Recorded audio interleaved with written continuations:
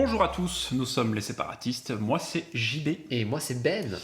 Bon écoute, moi j'avais envie de parler encore des The Acolytes. Ok. Mais finalement on va devoir parler d'Andorre. C'est bien dommage. C'est- Non, bon bah écoute, ça fait quand même longtemps sur le podcast chaque fin d'émission, on casse les couilles aux gens en disant oui bon, Andorre et le remake de KOTOR.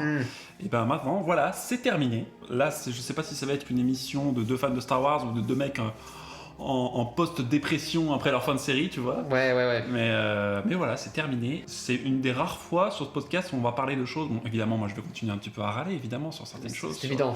La façon dont on accueille cette série. On serait plus les séparatistes sinon. C'est ça, voilà. Mais waouh! Ouais. Quelle aventure, quoi. Grosse claque. Mais voilà, mais après, voilà, sur notre. On vient de terminer la série, toi tu l'as vu 2 fois, je l'ai vu qu'une seule fois. Moi. Et là, on estime que c'est encore très, très, très à chaud. Moi, ce qui m'étonne, c'est les gens qui, par exemple, dès qu'ils ont vu un arc d'Andorre, balancent tout de suite leurs critiques sur YouTube, quoi, à chaud, en disant des trucs. Parfois, tu te dis, bon, bah, c'est pas très intéressant, à part de dire que c'est effectivement hyper bien foutu, hyper bien écrit, machin. Bah, il faut peut-être aller parfois un peu plus avant et essayer d'apporter un peu d'autres perspectives, quoi. Tout à fait. C'est vrai que, en effet, les critiques pullulent, parce qu'on est un peu dans nos réseaux avec les algos et tout. Du coup, en effet, moi, je vois beaucoup de critiques d'Andorre et tout. Et en effet, même moi, j'ai l'impression que là, je l'ai vu 2 fois, mais je suis pas encore à la hauteur de ce que la série nous a donné, en fait. Et c'est plutôt une bonne chose, quand même, parce que tout nous, à fait. c'est ça qu'on attend de Star Wars, c'est se sentir parfois un peu dépassé par la série, se dire qu'en la revoyant, on va continuer à la redécouvrir. Moi, c'est ma sensation que j'ai surtout avec la saison 1, et on va essayer de reparler aussi de comment est-ce qu'on a accueilli la saison 1, qui a surpris tout le monde. Mais absolument tout le monde, nous y compris. On était sur le cul, quoi. Et voilà, ça s'est présenté, comme on le rappelle, comme la première et peut-être la dernière alternative au Philoniverse. Et effectivement, il y a eu un espèce à la fin de l'épisode 12 de la saison 2, je veux dire, tout le monde est parti du principe que c'est peut-être la dernière série Star Wars de qualité qu'on verra de toute notre vie. Ou voilà, que c'est un petit peu terminé, donc l'ambiance est un peu bizarre. Et comme vous pouvez s'y attendre, cette série Andorre vient mettre le doigt sur le monopole de Filoni sur l'exploitation de l'univers, quoi. Exactement. Pour le coup, ce qui est étonnant, c'est qu'en fait, les gens, ils l'ont quand même bien pris, en fait. Donc, en fait, j'ai envie de dire, les faits sont là, quoi. C'est un peu factuel, quoi. Oui. Je veux dire, la qualité objective de l'œuvre fait que on ne peut que passer par là, quoi. Donc voilà. Au pire, revenons un peu sur cette saison 2. Du coup, c'était quoi, toi, comment est-ce que tu as vécu cette saison 2 en termes de visionnage et de découverte? Avec quand même une certaine appréhension, parce que la saison 1, moi, elle m'a mis par terre. Je me dis, c'est un truc de ouf, vraiment, qu'on ait pu accéder à cette touche-là. Moi, j'avais cette appréhension dans le sens où on devait condenser 4 saisons en une. Oui. Donc du coup, une saison par presque un arc, même si évidemment, initialement, Gilroy n'avait pas écrit complètement ces 5 saisons pour ensuite les condenser. C'était bien plus compliqué que ça. Et évidemment, Gilroy dit que ça l'a plus amusé qu'autre chose que de devoir concentrer les choses, faire des ellipses, et surtout bien exploiter les ellipses, ce qui est effectivement dans la série, je trouve, particulièrement bien foutu. Mon appréhension principale, c'était que cette saison 2 allait devoir être extrêmement dense. Il fallait en gros commencer à montrer Andorre qui n'est plus son statut d'espèce de loupen prolétariat médiocre sur Ferrix là, et devenir un vrai rebelle discipliné, et c'est quelque chose qu'on voit dès le premier arc, notamment sur Yavin. On voit que Cassian n'est plus du tout dans le même statut, qu'il n'est pas là en fuite, mais qu'il est là en fait en opposition, et qu'il a appris auprès de Luten. Enfin bref, que c'est plus le même personnage qu'on a sous les yeux, et que entre l'évolution de Cassian, tous les personnages secondaires auxquels on s'est attaché, que ce soit Bix, que ce soit Brasso, que ce soit les antagonistes, donc Cyril, Dedra, les nouveaux qui devaient arriver, entre Saw Gerrera, entre Krennic, tout ça, on nous a beaucoup parlé de Gorman, que ça va être un peu le centre névralgique, le centre narratif un peu de cette saison. Lancer et faire les accros sur Rogue One, c'est un cahier des charges qui est énorme. Et force est de constater qu'à la fin, en terminant cette saison 2, je me suis dit en fait que tout est rempli, quoi. Oui, tout à fait. Et c'est ça qui est fou, quoi. On pourrait revenir sur quelques défauts qu'on peut analyser. Pour moi, il y a en effet ce côté-là condensé, et ça m'est arrivé de voir beaucoup de séries en effet qui condensent leurs propos en une saison. J'ai en tête par exemple Arcane saison 2 qui condense aussi énormément et qui finalement arrive à peu près à faire ce qu'elle veut, mais manque de temps évidemment, pas beaucoup de temps. Et en effet, cette saison 2 d'Andorre a ce même objectif en fait. Donc j'ai un peu cette impression-là, en effet, que c'est pas la même saison que saison 1. Ah oui, Ça, c'est indéniable. Et effectivement, il y a eu un accueil critique qui n'était pas le même, dans le sens où je trouve ça un peu ridicule dans cette espèce de flux continu de critiques sur une saison où là, voilà, on critique les épisodes un par un, notamment les arcs. Ouais. Parce qu'on a un peu surexploité ce coup de. Ça a été un peu surmédiatisé, ce côté oui, regardez ces 3 arcs différents découpés en 3, juste pour montrer que en fait, la série est écrite comme ça. Imaginez 2 secondes que la saison 4 ou la saison 5 d'Ahsoka ou de The Mandalorian sortent et on dit attendez, regardez, ça va être écrit comme ça et machin. Non, ça ne fonctionnerait pas. C'est pas vrai, ça sonnerait pas comme ça. Et je trouve ça très étonnant dans une série qui est écrite comme ça de comparer les épisodes, tu vois. De dire oui, tel épisode est mieux écrit que tel autre. Et que, effectivement, tous les gens ont parlé de l'épisode 8 et de l'épisode 9. Formellement, c'est pas les meilleurs. Ouais. Entre l'invasion de Gorman, qui certes est extrêmement prenante, moi c'est un épisode qui m'a foutu la nausée, franchement. Oui, le massacre en fait. Voilà, le massacre de Gorman et l'épisode 9 où Cassian va chercher Motma au Sénat. Formellement, il y a parfois des idées de montage qui sont un peu rapides, ou une musique, bon après on parlera de la musique, mais une rythmique qui est différente et qui en fait sacrifie en fait cet aspect un peu quotidien, slow burn qu'on avait dans la saison 1, et là en fait faut aller vite quoi. Ah oui, tout à fait. Il faut aller beaucoup plus vite, mais malgré ça, bah en fait ça fonctionne parce qu'on sent qu'ils font avec ce qu'ils peuvent faire, condenser 4 saisons en une. Ouais. Et effectivement, l'épisode 9, moi, ça a été sans doute sans doute l'épisode le plus tendu au niveau narratif sur le narratif de la saga, mais ça va extrêmement vite. En un épisode, on a quoi ? On a Luten et Cassian et Cleia qui vont chercher Motma dans le Sénat, il y a le discours, ils la sortent, Cassian retourne sur Yavin, Bix lui dit au revoir, et on a l'introduction de K2SO en un épisode. Ça aurait pu tenir la moitié d'une saison si Gilroy aurait eu tout son temps, quoi. Mais force est de constater qu'en fait, Gilroy, il a fait avec ce qu'il pouvait, quoi. Et qu'il a joué, quoi. Il s'est débrouillé, quoi. Et franchement, quand tu vois la forme que c'est, tu peux pas bouder peut-être un certain montage ou un sens du rythme qui est peut-être un peu plus rentre dedans et un peu plus banal et un peu plus mainstream. Quand tu prends un peu de recul au regard de la culture populaire en général et aussi de l'exploitation de Star Wars sur Disney+, tu te dis que ça n'a absolument rien à voir et qu'en fait c'est juste un putain de bijou en fait. Tout à fait. Surtout beaucoup de gens ont parlé du troisième arc Gorman Coruscant. On retrouve peut-être un peu plus la couleur de la saga dans le deuxième arc sur Coruscant avec l'introduction de Gorman, avec notamment avec Bix et Cassian sur Coruscant, mais voilà globalement comment ce que moi j'ai accueilli la série. Donc c'est globalement, je l'ai vu qu'une fois et pourtant j'ai l'impression de ne pas avoir vu la série, quoi. C'est quand tu vois que ça fourmille de détails, tu dis au revoir à quelque chose qui a enfin poursuivi ta passion de Star Wars, qui l'a enfin fait renaître en quelque sorte, mais tu te dis qu'en fait tu pourrais que y retourner en permanence, donc c'est gagné, quoi. Tu dis pas au revoir à une série, quoi, parce que t'as même pas encore l'impression d'avoir tout découvert, quoi. Ouais. C'est ça qui est ouf. Donc je sais pas toi de ton côté du coup Là, je t'avoue, tu pourrais en dire. c'est vrai que le deuxième visionnage, personnellement, j'ai redécouvert la série, même si c'était moins émotionnel, vraiment c'est la découverte qui était vraiment au max. Là, c'était plus de la compréhension, deuxième visionnage, parce qu'en effet, les choses vont très très vite et chaque scène est importante, tu vois. Mais je t'avoue que j'ai acheté la série, la saison 2, même dès le début, en fait, parce que esthétiquement, c'est ultra soigné.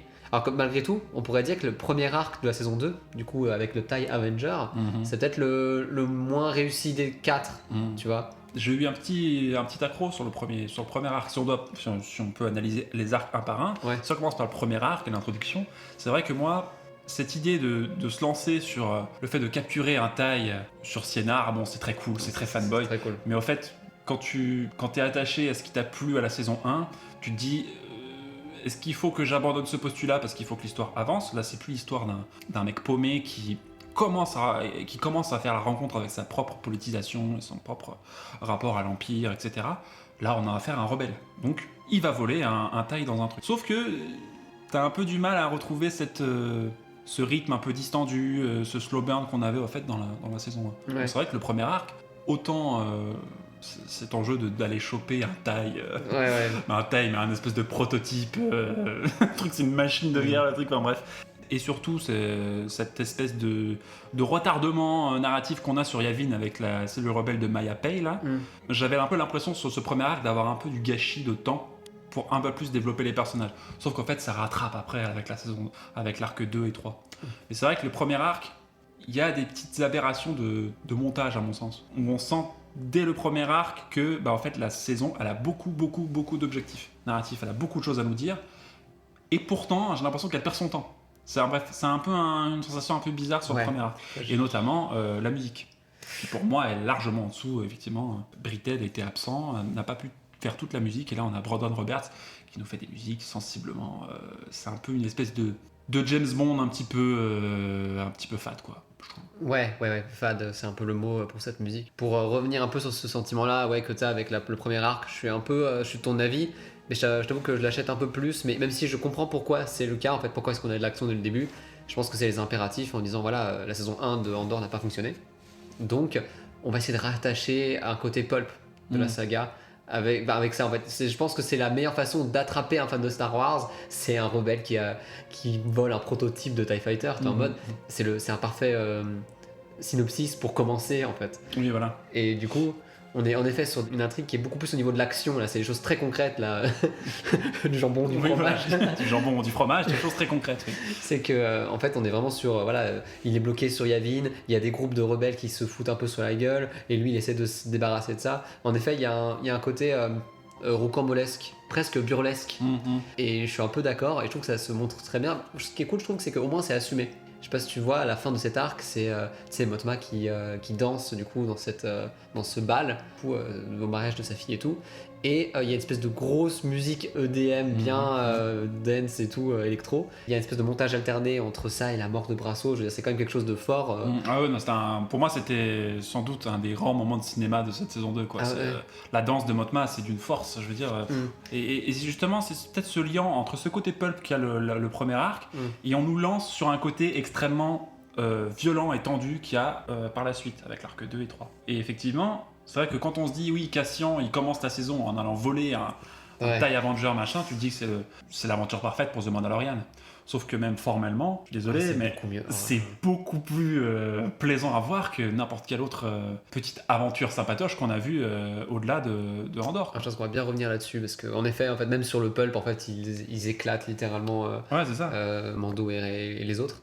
En fait, le fait de finir cet arc-là sur cette musique-là, j'ai vraiment le sentiment-là que c'était un peu le chaos dans ces 3 premiers épisodes. La situation a complètement échappé à Andorre et même Luten est relativement surpris par ce qui se passe. Enfin bref, il y a quand même une espèce de chaos et qui finalement se résout de façon un peu ex machina, tu vois, avec le TIE Fighter, mais finalement en fait pour moi j'aime beaucoup ce sentiment là de la série en fait, qui assume cette dimension là et qui en plus est un peu à la hauteur en fait de ça, même si je suis d'accord, il y a quand même ce côté très divertissant au début de cette saison 2. Il y a ce côté un peu accroche et puis même au niveau narratif on sent que ça prend pas vraiment ça va pas dire, oui, tout de suite on va faire une ellipse très précise, on va vous expliquer ce qui s'est passé depuis la saison 1, un truc un peu très scolaire. En fait, tu sens c'est un espèce de décrochement un petit peu pulp, où notamment toute l'intrigue du mariage avec le remboursement de la dette de Tekolma, là, le copain de Motma, tu sens que ça te tient en haleine et t'as presque l'impression qu'en fait, cette première arc, c'est plus une espèce de transition un peu abstraite.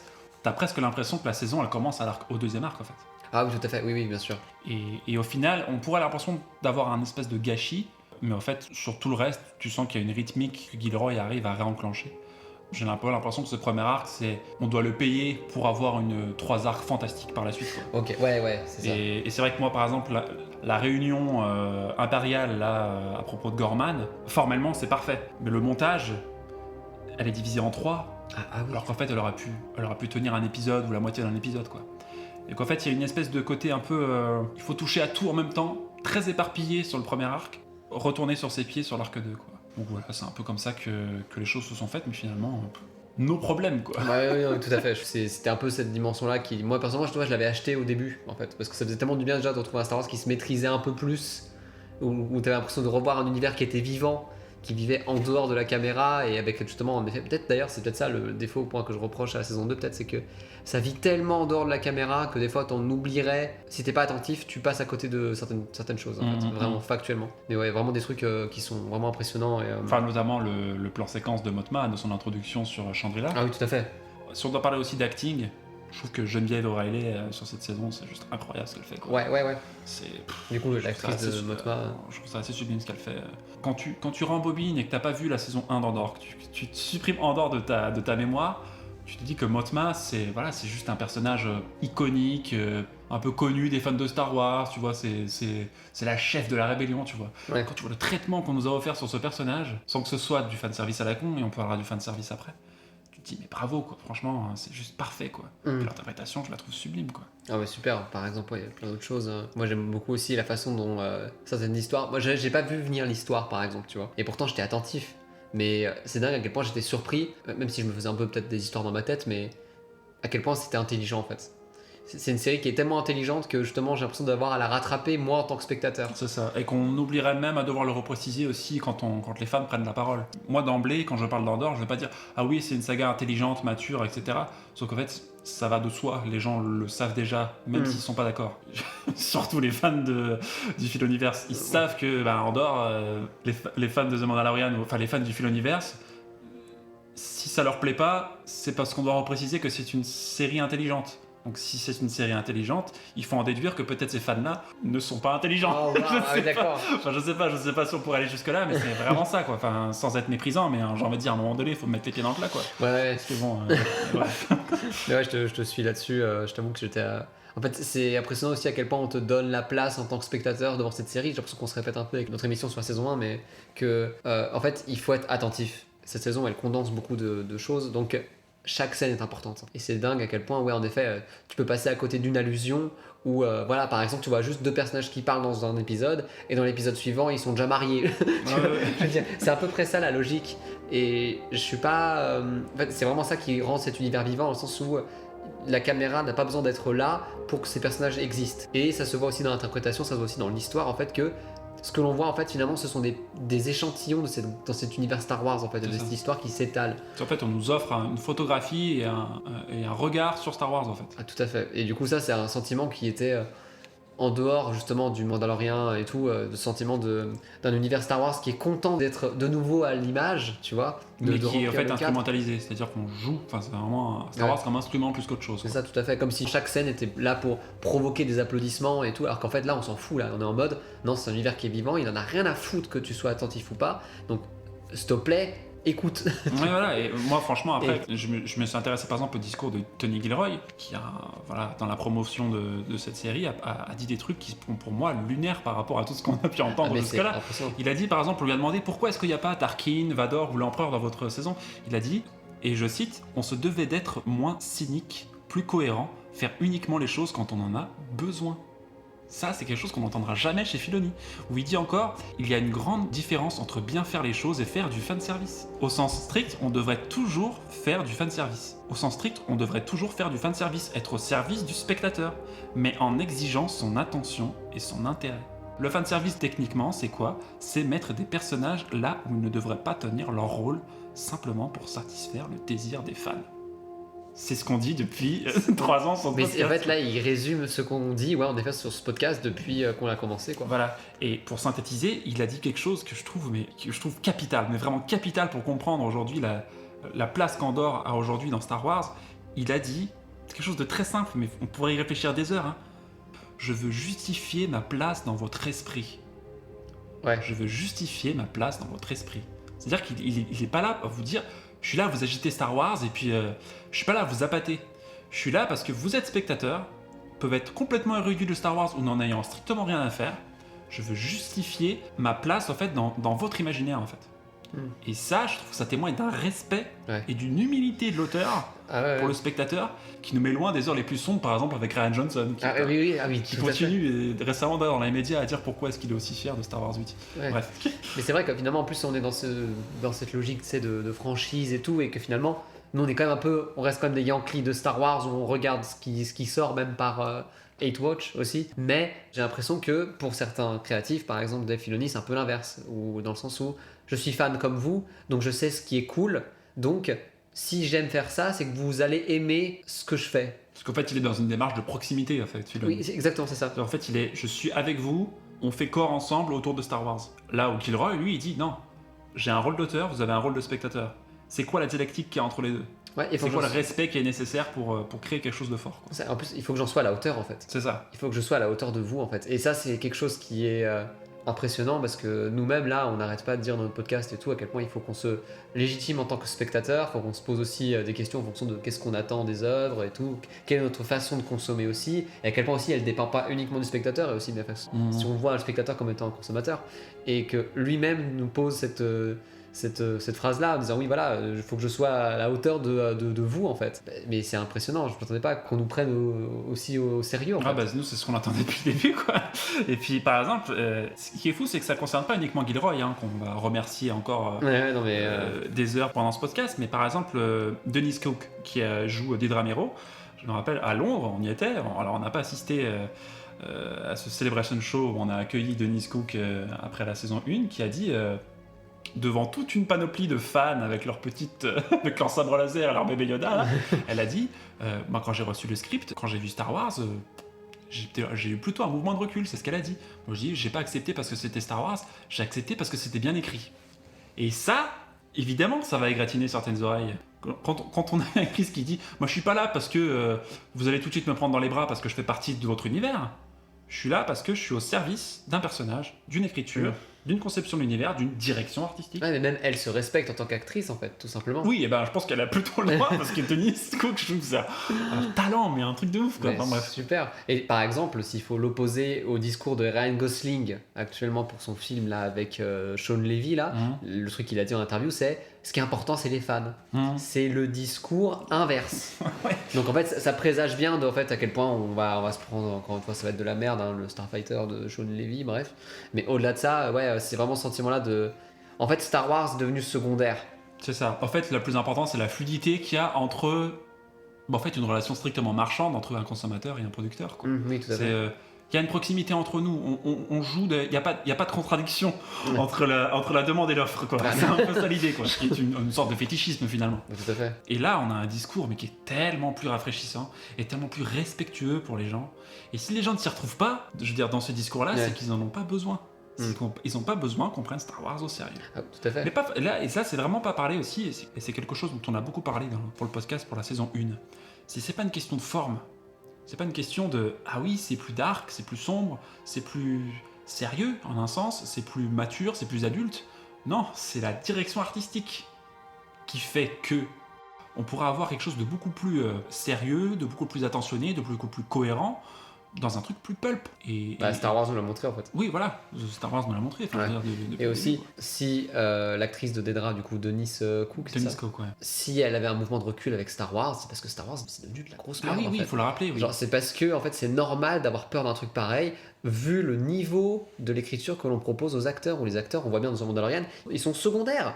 Je veux dire, dans Star Wars 8, même si apparemment c'est le meilleur film du monde selon les gens confus, il y a quand même Benicio del Toro. Tu vois, je veux dire, au bout d'un moment, il faut bien distinguer entre les acteurs justement qui sont payés une blinde uniquement pour leur image et qui n'incarnent rien parce que visiblement, c'est pas des projets qui ont l'ambition d'incarner quoi que ce soit, et des acteurs qui, peut-être à une moindre échelle, justifient leur place en disant non, il faut que j'ai quelque chose à jouer, il me faut de la matière en fait. Et que le fétichisme de Star Wars a finalement une limite, c'est que ce n'est pas suffisant qu'on me promette de jouer Bo-Katan en fait. Il faut qu'elle incarne quelque chose, il faut que ce personnage-là nous parle de quelque chose dans une esthétique particulière, enfin bref, dans un personnage.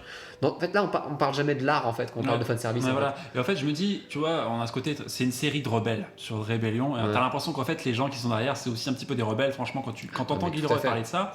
Et pourtant, Gilroy, il a un discours qui est pas si offensif que ça. Par exemple, il avait dit quelque chose qui avait surpris tout le monde. Il avait dit, sans bébé Yoda, pas de Andorre. Et ça, quand on y réfléchit de près, donc voilà. En fait, ce qu'il a dit, c'est oui, je suis reconnaissant envers The Mandalorian, et aussi, il a beaucoup remercié Kathleen Kennedy. Il a dit, mais sans bébé Yoda, sans Mandalorian, on ne peut pas avoir Andorre. Mais qu'est-ce qu'il dit là ? Il dit, si on n'a pas des séries mainstream à la con, on peut pas faire de l'art avec Star Wars. C'est ça qui, enfin, pour moi, c'est ça que je retiens. Mais c'est incroyable. Il avait dit aussi, il parlait aussi de la production de la saison 1, il a dit, je testais les limites de Disney. Oui, tu n'entendras jamais Abrams, Johnson ou Filoni dire je testais les limites de mes patrons. Mais tout à fait. Et en plus, après je pense qu'on va rentrer là-dessus en deuxième partie de podcast, mais sur le côté buffet Star Wars et tout, comment est-ce qu'on peut consommer Star Wars et tout en général. Si Gilroy parle comme ça, c'est aussi parce que le simple fait qu'on ait une bonne série dans la cosmogonie de séries actuelles, ça relève du miracle. En fait. C'est trop facile de dire Star Wars c'est un univers intéressant, il suffisait de le creuser. Non, parce que ça fait depuis 2015 qu'on mange de la merde, en fait. Donc, s'il faut créer une œuvre actuelle, et je vois très bien comment ils ont réussi à se dépatouiller, c'est réussir à sortir une œuvre dans cet univers qui s'émancipe des œuvres merdiques pour proposer dans une espèce de bulle qui s'accorde parfaitement avec la saga. C'est pour ça que c'est une double révolution Andor. Dans l'univers de Star Wars, à savoir des épisodes 1 à 6, et aussi dans le Disney actuel, où en effet, ils n'avaient pas à prendre en compte les caprices de Dave Filoni avec Rebels par exemple. On le sent un petit peu, tu sais, dans le 3e arc où justement Motma se fait rapatrier sur Yavin, où justement Motma, en fait on la rapatrie pas directement sur Yavin après cette exfiltration, mais elle doit rester pour faire un autre discours. C'est ça. Et en fait c'était pour prendre en compte l'univers de Dave Filoni, où en effet Motma fait un discours dans cette série, un discours un peu pourrave, un peu très mou quoi, bref. Pour nous priver de l'arrivée de Motma sur Yavin, quoi, ça finalement. nous prive de cette scène-là qui aurait pu être Et géniale. après, il y a des gens qui ont râlé chez les fans de Rebels, qui ont dit oui, mais c'est pas cohérent, enfin, pas spécifiquement, je veux dire, sur cet épisode 9, mais qu'il y aurait des accros avec Rebels. Sauf que il faut qu'on assume la conflictualité entre ces trucs-là, quoi. Ouais. Et il y a des fans aujourd'hui qui sont un peu dans cet entre-soi, qui défendent en fait une relative continuité en fait, entre Filoni et Gilroy, quoi. En fait, ils camouflent le conflit qualitatif, et qualitatif c'est pas tant la qualité des séries auraient une qualité et pas d'autres, c'est le contenu, la qualité intrinsèque d'une série. Il y a une grosse conflictualité artistique entre comment est-ce qu'on regarde Star Wars dans Rebels et comment est-ce qu'on regarde Star Wars dans Andor, qui ont le même sujet en fait, qui ont le même objet, c'est quoi des rebelles dans un univers fasciste, tout à fait. etc., quoi. Ce qui est marrant, c'est qu'en fait Andor est incontestablement un truc de fou. Beaucoup de fans avec lesquels on se retrouve pas trop vont reconnaître que c'est une série de fou, mais ils nous autorisent pas pour autant à rappeler que pour le même objet, pour la même exploitation Star Wars auparavant, c'était de la grosse merde. Ouais, tout à fait, ouais. C'était une catastrophe, quoi. Et par exemple, j'ai l'impression que l'univers de Star Wars est pris au sérieux, mais pas uniquement d'un point de vue simplement Bresson, on pourra en parler du ton de Star Wars, mais que par exemple, les blasters, moi, ils m'ont fait trop peur dans cette série. Et même dans la saison 1, ce sont des vraies armes en fait. On n'est pas, par exemple, je préfère dissocier ça, entre Gilroy qui prend au sérieux cet univers et par exemple Rian Johnson. À propos d'une petite analyse de comparaison. Okay. Entre Gilroy, en fait, lui, quand il fait cette série-là, il obéit à ses règles. Les blasters, pour certaines personnes, c'est un petit peu ridicule. C'est un peu le piou-piou dans l'espace. Par contre, quand tu prends ça au sérieux, tu te dis non, c'est une arme en fait. Et une arme, ça déconne zéro en fait. donc, au bout d'un moment, une arme, ça a une fonction. ça a une fonction en fait. Et même si en effet, il y a un côté un peu plus pulp dans la trilogie originale, bref, en tout cas, ça reste une fonction. Donc, on ne se moque pas avec cynisme de cette dimension un petit peu imaginaire, fictionnelle de Star Wars. Par exemple, Rian Johnson, de son côté, les vaisseaux spatiaux, pour lui, ça ressemble à des fers à repasser. Et il va en faire une... Et il en fait une scène pour le montrer, c'est pour ça que je te le dis, je pense que c'est ça. La scène elle montre bien ça. Ce qui fait que finalement il y a un côté pulp pour Star Wars, en mode pour certaines personnes qui sont peut-être étrangères à cet univers, en mode tiens, il y a des vaisseaux triangulaires dans l'espace, c'est trop bizarre. Sauf que quand tu prends ça un peu au sérieux, tu dis en fait non, c'est comme des bateaux en fait durant la Seconde Guerre mondiale, je veux dire. Comment tu le prends le truc en fait. Et ce qui m'a étonné, c'est que malgré tout, Gilroy finalement, imaginons qu'il n'était pas l'artiste qu'il est, il aurait pu prendre ça avec de la dérision en fait. C'est quand même un peu bizarre Star Wars finalement entre nous.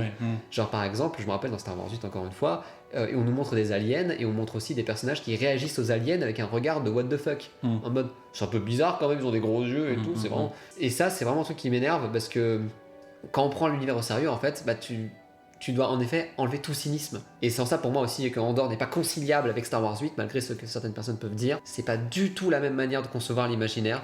Un se fout de la gueule de cet univers, l'autre essaie de le prendre au sérieux, quoi. C'est ça, mais je pense que la clé c'est le rapport à l'authenticité et à la sincérité de ce que tu donnes à voir en fait. C'est compliqué en fait de discuter de ce conflit justement entre on va dire une école Johnson très abstraitement et ce qu'a pu nous proposer Gilroy, c'est que dans les usages qu'on a de Star Wars, dans ce qu'on va y mettre, pour certains c'est compliqué de prendre au sérieux Star Wars, et c'est des fans beaucoup plus érudits que nous qui sont en permanence investis sur Star Wars, mais qu'en fait ils en ont rien à foutre du sens profond, de qu'est-ce que ça va te dire sur notre réalité, sur en quoi ça va te parler, quoi. Que, en gros, on peut se limiter à, je ne sais pas si on peut dire pulp, tu vois encore, mais à une dimension voilà, abstraite. Là où Gilroy va mettre de la sincérité et de l'authenticité dans son récit, quoi. Et force est de constater que ça fait du bien à tout le monde. Ah ouais, tout à fait. Ah ouais, non, mais c'est impressionnant. Et c'est pour ça que, par exemple, si on reste sur le registre toxique des armes, le sabre laser, par exemple, on l'a très bien vu dans les séries Ahsoka et Obi-Wan Kenobi, ce n'est plus une arme dangereuse, mais parce que en fait elle est morte à cause de sa surfétichisation. C'est tellement l'arme la plus cool de la pop culture que On peut plus l'exploiter. on peut plus en faire en fait le symbole que c'était. Et en cela finalement on essaie de nous surprendre avec des personnages qui sont constamment transpercés mais qui ne meurent pas et tout. Et c'est une arme finalement qui a même plus finalement ce poids ou cette noblesse. Enfin bref, c'est plus rien du tout en fait parce que justement c'est devenu trop pulp et que les gens du coup qui exploitent la saga le voient comme étant un indicateur du Star Wars, comment dire. Ils voient ça un peu de façon un peu, ouais, encore une fois cynique en fait. J'aurais adoré, en fait, c'est ça qui manque pour moi dans cette exploitation de Star Wars. On a laissé à Dave Filoni toute cette dimension par exemple mystique de la saga. Je me dis putain, imaginez. Ah bah là, parlons-en du côté mystique là. Parce bah, que là, il y a une belle comparaison à faire entre ah ouais, Andor tout à fait. et Rebels. En effet, il y a une espèce de pont qui arrive du coup troisième arc de cette saison 2 avec une espèce de soigneuse de force qui commence à ressentir cette espèce de poids ou De destinée, de trajectoire. confuse, ouais, oui. de trajectoire de Cassian, comme si justement elle voyait, elle savait déjà sa finalité en fait. Elle voyait qu'il était sur un chemin en fait. Et même elle est surprise et c'est une scène qui est très très forte. Il y a du trouble, il y a... Gilroy, il n'est pas un militant de dire oui, il faut absolument enlever les sabres laser et la force de Star Wars. Quoi. Il dit là, j'ai envie simplement d'exploiter quelque chose qui est déjà dans Star Wars. C'est des gens lambda. Je veux dire, dans Star Wars 4, on voit quoi sur Tatooine ? Il y a des gens qui se baladent. Ouais. Il y a de la quotidienneté, il y a des gens normaux. Et il y a un empire, il y a de la rébellion. C'est quoi ça ? Ouais. Si on vous enlève des sabres laser et des vaisseaux et la force, on est perdu.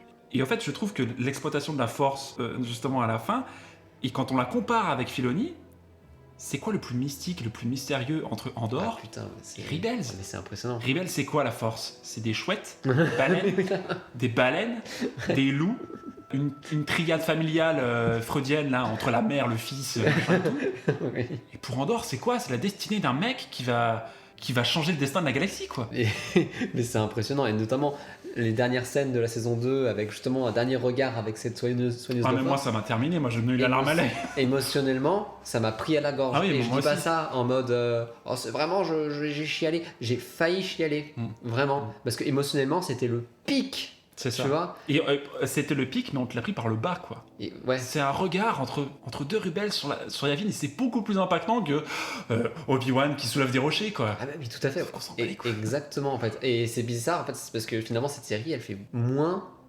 et elle fait mieux. C'est en cela que je me rends compte de la tragédie qu'on a en fait avec des Filoni depuis des années.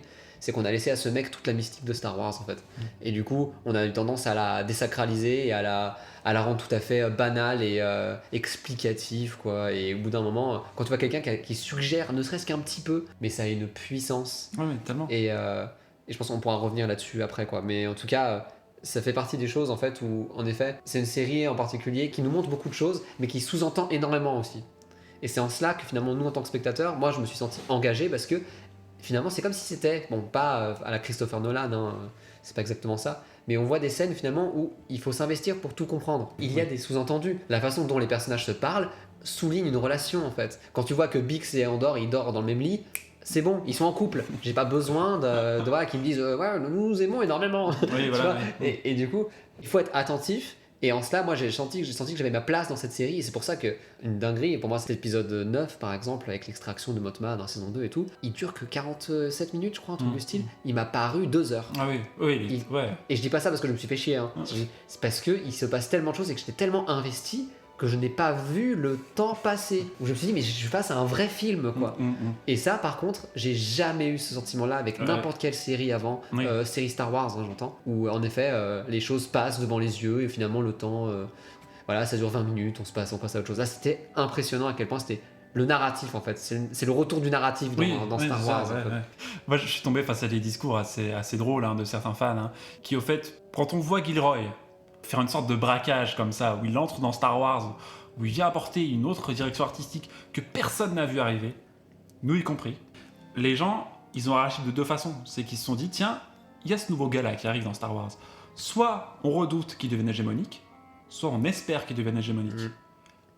Les deux sont stupides. Nous, on pourrait espérer qu'il devienne hégémonique, ça n'arrivera jamais. C'est la dernière fois qu'on verra une série comme ça. Et d'autres ont eu la peur de leur vie que Gilroy remplace Filoni. Mais évidemment. Et ça, je trouve ça magnifique. C'est Moi, je suis super. tombé sur les trucs. Au fait, ils se disent qu'en fait, Andorre, c'est un peu comme une espèce de mauvaise passe dans l'histoire de Star Wars, c'est une espèce d'accident, tu vois, Ouais. où on s'éloigne des codes qui nous rassurent finalement, qui nous mettent dans le confort, les sabres laser, les vaisseaux, les petites aventures de 30 minutes à la con, là, qui nous font chier vraiment. Ouais. Et voilà, et ils pouvaient avoir la frustration que, bah oui, effectivement, de base, cette série Andor, ça devait être quoi? Ça devait être les aventures de Cassian et de K2SO. Ah ouais. Sauf que Gilroy, il a dit, non, non, je vais pas faire ça, voilà. Et c'est génial. Et merci, merci Tony Gilroy, quoi. Mais en cela, ce qui est incroyable avec le cas de Andor, c'est que c'est un accident. Et il s'avère que c'est beaucoup trop bien en fait. C'est le plus bel accident de l'histoire de C'est une catastrophe, comme pourrait le dire Tolkien. C'est ça, ouais. Ce qui fait que les gens, ils ont peur d'à quel point c'est bien. C'est ça qui m'étonne en fait. Parce qu'en effet, il y a un truc qu'il faut dire, j'arrête pas de le répéter dans les émissions, mais que en fait, notre regard de fan a changé depuis 2015. En fait, que l'on a été amené à adopter une vision fétichiste de la saga. En cela, on s'est tellement réjoui de voir des sabres laser de toutes les couleurs, de revoir des vaisseaux spatiaux, qu'on s'est plus jamais posé la question de dans quel cadre esthétique est-ce qu'ils sont invoqués et qu'est-ce qu'ils racontent en fait. Moi j'en ai marre maintenant de voir des X-Wing maintenant, je m'en branle en fait. J'en ai tellement vu dans The Mandalorian. Par contre, le peu qu'on en voit dans Andor, je suis à fond en fait. Ce qui fait que l'important ce n'est pas encore une fois, je suis pas simplement fan du X-Wing en tant que forme, bref, c'est aussi parce que ça dit quelque chose de cet univers, que ça incarne quelque chose et tout. C'est un mouvement. C'est un mouvement et tout, enfin bref, et c'est qu'il y a quand même quelque chose, comment dire, qui dépasse la simple façade esthétique. Oui, et une approche un peu fixiste de Star Wars, quoi. Exactement, ce qui fait que là on est face du coup à une vision en fait qui n'est plus fétichiste, et que finalement, nous, on a commencé à s'y habituer en fait. À cause de cette dimension-là. C'est pour ça que pour moi, il y a vraiment une distinction à faire entre... Et même d'ailleurs, Rogue One, soyons honnêtes, est un peu fétichiste sur les bords. Il y a quand même des caméos, moi, qui me mettent un peu mal à l'aise. C'est 3PO R2D2, j'aime bien, mais pas moyen, bref. Les deux gars là qui croisent sur Jeddah. Oui, Evazan et Ponda Baba. Ouais. Exactement. Ça me pose problème en fait. Je suis d'accord. Mais par contre... Au-delà de ça, c'est pour ça qu'il faut distinguer Andor du reste, ça nous paraît tellement différent parce c'est une série qui nous amène à consommer différemment l'œuvre en fait, et qui nous amène à avoir un autre regard. Et c'est pour ça que je déresponsabilise un petit peu les fans en disant que c'est normal que vous pensiez comme ça parce que vous avez été amené à penser comme ça depuis 10 ans. On parle généralement d'élargissement de la fenêtre d'Overton, mais il n'y a pas un élargissement. C'est la fenêtre, elle garde la même taille. Ouais. Et elle va focaliser sur un autre endroit. Depuis 2015, c'est quoi? C'est une approche très fixe, très gnangnan, très abrutissante, les sabres laser, les vaisseaux, la force, tout ça. Et quand un mec arrive à prendre sa caméra, parce que c'est ça son travail, c'est de prendre une caméra et de poser un regard sur quelque chose et de nous inviter à partager ce regard-là, qu'est-ce qu'il va faire? Il va changer complètement le scope. Il y a un truc qui est à rebours, mais qui n'est pas aussi dans l'opposition stricte. Il n'est pas là pour dire je m'oppose à tout ce qui a été fait à Star Wars, comme Rian Johnson par exemple. Il va pas dire oui, je m'oppose à Star Wars 7, alors qu'il fait exactement finalement la même chose. Ouais. Pour se distinguer en fait. C'est ça, voilà, il dit bon, voilà, mon truc c'est ça, quoi. Et notamment, moi, ce qui m'a un peu surpris, et il a encore plus loin sur cette saison 2, c'est la dimension peut-être politique ou polémique de cette série. Alors, effectivement, que dans l'histoire de Star Wars, Andor est sans doute politiquement la plus fournie, la plus prononcée dans son propos narratif, ne serait-ce que dans son contexte. On est quand même dans un contexte assez particulier, quand même, politiquement. Oui, tout à fait. Et que, moi je suis tombé sur des discours de gens qui ont dit, par exemple, je suis tombé sur une personne qui m'a dit oui, on a vendu Star Wars à des idéologues. Oh, putain, mais c'est... Tu vois, des choses comme ça. Et ces gens-là, pour tout le dire, je vais pas faire une sociologie abusive, hein, ces gens-là, c'est des grands fans de Rebels, de Filoni. Et dès qu'ils voient Andor débarquer, ils disent quoi? Mais c'est quoi ce braquage? Qu'est-ce qu'on vient nous emmerder? Alors effectivement, il y a peut-être une dimension polémique, mais moi j'ai envie de dire, si... Une dimension polémique, c'est quoi? C'est peut-être un truc très actuel avec ce qu'on est en train d'être tous des espèces de spectateurs désemparés devant ce qui se passe à Gaza.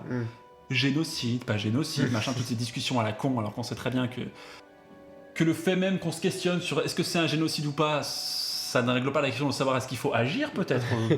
Est-ce qu'il faut attendre qu'on affiche ça comme un génocide pour qu'on puisse agir et de mettre ce discours-là de Motma. Bon, ça n'a pas trop dérangé tant de monde. Ce qui a dérangé, c'était quoi? C'est d'avoir un viol. Oui, il y a une tentative de viol dans ce premier arc. Et là, il y a eu notamment notre camarade là, de Star Wars Theory qui était, lui, désemparé par le fait qu'il y ait des briques et des vis dans Star Wars. Là, il dit, non, il ne peut pas y avoir de viol dans l'Empire, parce que quoi?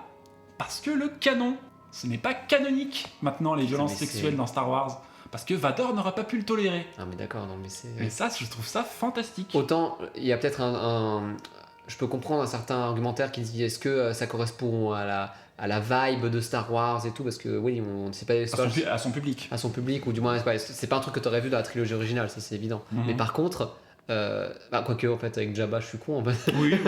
Finalement il faut que je ferme ma gueule, mais au-delà de ça, en effet c'est un peu surprenant de... En fait là c'est vraiment quelqu'un d'aliéné dans l'univers canon, et je vois surtout aussi ses affects un petit peu fascistes quand même.